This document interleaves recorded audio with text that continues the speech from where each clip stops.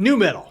For every legendary band like Korn or Slipknot, there were literally dozens of others trying to get famous, and they failed.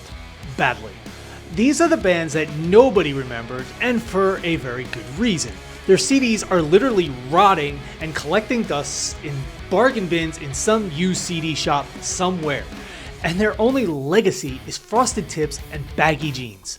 Today, I am not talking about the good bands. I scraped the absolute bottom of the barrel. I looked at every bad review and all the fan hate to rank the top 10 worst nu metal bands ever. This is going to be insane. Now, before we start, this is my official list. I suffered through the hours of listening to these terrible records again just for you. So get ready to go to the comments and tell me who you think should be on this list. I know you all have opinions. Kicking things off at number 10 is a band that actually had a chance before they became a confusing, unlistenable mess. Head PE. Their first albums had this punk rap energy that was awesome for the time, but then it's like they just threw quality control out the window. The biggest problem with later Head PE is they had no idea what they were doing. Were they a rap group? A punk band? A conspiracy channel? They tried to do everything at once and mastered absolutely nothing. Their albums got more and more random, and they just felt awkward trying to stay famous. A fan on a forum said it perfectly about their song Stampede, calling it so bad it is trap metal, the new metal. That is the perfect description of their cringe genre mashing that led to their downfall. It's just a sad story of a band that completely lost its way. Next up at number 9, we have a band where the name tells you everything you need to know. Lollipop Lust Kill. They formed in '96 and tried to copy the shock rock horror metal trend, but they forgot the most important part: writing good songs. Their entire image was just trying to be weird, but their music was shockingly boring. Critics and fans said their musicianship was sloppy, with one review saying the drums were often awful and out of time. They actually opened for bands like Cold Chamber and Ministry, but they just felt like a cheap gimmick. Even the legendary producer Sylvia Massey couldn't make their big album My So-Called Knife a success, and it completely failed to sell. All shock, zero substance. Coming in at number 8 is the definition of a one-hit wonder: the Union Underground. I guarantee you remember their one huge single, Turn Me On, Mr. Deadman. That song was everywhere for a hot minute. On the radio, in movie trailers, you couldn't escape it. It had this perfect, slick, industrial sound that was gigantic at the time. The problem? Literally nothing else on their album, An Education and Rebellion, was any good. They completely failed to use the song Success, and the rest of the album felt like just a pile of B-sides they built around that one track. They had the look and the single, but they had absolutely no staying power. The band just fizzled out, and now really only exists on Do You Remember This Song playlists. It's proof that one great track doesn't make a great band. At number 7 is a pick that might make some of you mad, but gotta do it. Drowning Pool. But only for everything that came after their mega hit Bodies. Let's be 100% clear here. Bodies is an absolute anthem. It's a monster of a song, but the band's story is also tragic, with the sad death of their original singer, Dave Williams. After he passed away, they could never find their footing again. They've kept going with different singers, but they never managed to recapture the insane energy of their first album. Later albums were kind of called out for being formulaic and generic, just following a boring hard rock style that had none of the raw power of their debut. The original song also got caught up in controversy when it was misinterpreted and connected to tragic events, which the band has always said was never what they wanted. They are a band completely defined by one song, and because they could never move past it, they land on the list. Alright, at number 6, we have reached the absolute peak of childish. Frat boy nu metal. Hot Action Cop. Their single, Fever for the Flavor, is an absolute masterclass in cringe, with its insanely simple riff and lyrics about, well, you already know.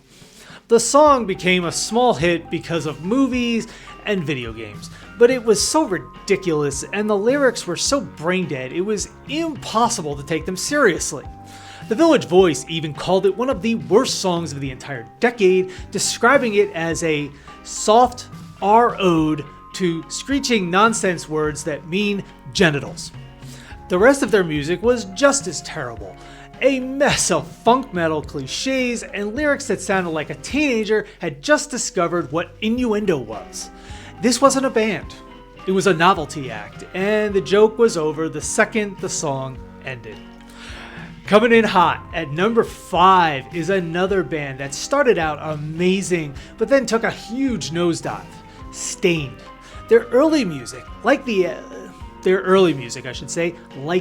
Dysfunction, was raw, heavy, and full of real emotion. But as they got more and more famous, especially on their later albums, the quality just fell off a cliff. The raw emotions turned into whiny self-pity, and the heavy riffs were replaced with just boring butt rock. But the absolute worst moment, the song that locked them into the spot here, is Wannabe. This track is a complete abomination to music. It has Aaron Lewis trying to do this cringe rap, attacking his critics with lyrics so bad they make Fred Durst look like a genius. One review called the album one of the worst of the year, while another said it made them a less interesting version of Disturbed. It's an insane failure of a song that proves how far they had fallen. At number 4, we have the undisputed kings of generic tough guy rock, Trapped.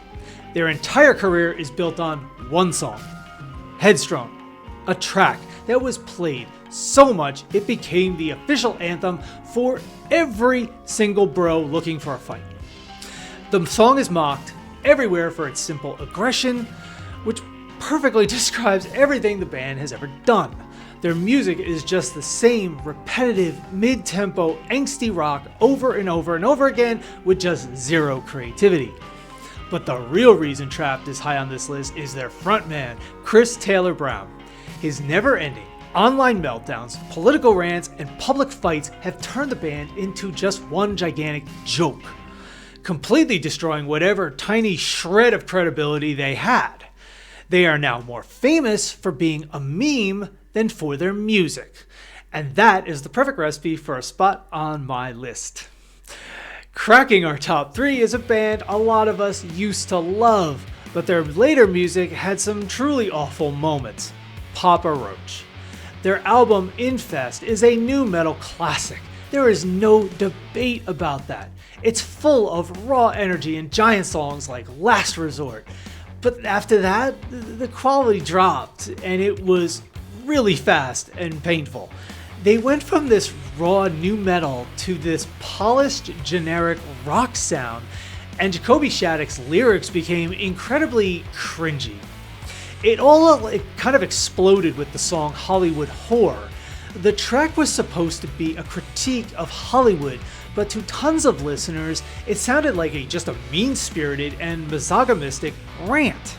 It was an ugly, overproduced disaster of a song that made everyone just feel gross. That massive drop in quality and sheer awfulness of songs like that have ruined their legacy for just so many fans.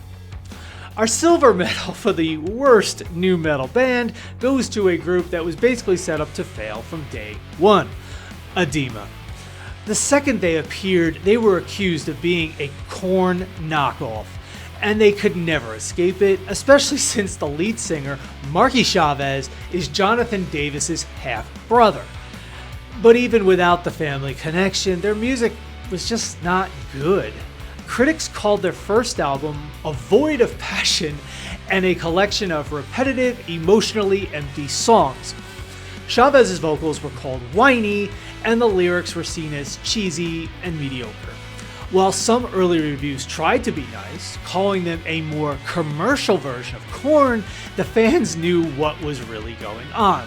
They were called Diet Korn, and nobody was asking for that. They were a pathetic copy of a way better band, and that's why they are number 2 here. And here we are. The number 1 worst nu metal band of all time. Was there ever any doubt? It has to be Crazy Town. This band is literally every single negative stereotype about nu metal rolled right into one thing. They are famous for exactly one thing: their huge hit Butterfly, for a super sweet pop song that sounds nothing like the rest of the rap rock on their album. And the rest of that album, The Gift of Game, was a complete dumpster fire of terrible a complete dumpster fire of terrible rap rock cliches, awful lyrics, and the most uninspired riffs you've ever heard. Their song Toxic is called one of the worst nu metal songs ever made. It's just a loud, obnoxious mess that proves they had zero substance. They had 2 frontmen, Epic and Shifty Shellshock, who traded verses with the lyrical skill of a middle school talent show. This was a band that cared more about looking like rock stars than actually writing, I'll say, music. Writing great music. They were so bad live, they were reportedly just booed at major festivals. Crazy Town was all style, no substance, and as soon as the fame from their one hit disappeared, there was absolutely nothing left. For being the ultimate cliche and for failing so hard, Crazy Town is without a doubt the worst nu metal band of all time. And that is the list, the absolute bottom of the nu metal barrel, as I like to call it. These are the bands that make you cringe and give the entire genre a bad name. I know this list started some arguments, so I want to see it in the comments. Who did I miss? Who is your number 1 worst nu metal band of all time? If you enjoyed this video, make sure to subscribe. Give the video a like, and check out my other videos where I break down even more of music history's best and worst bands. Thanks for watching.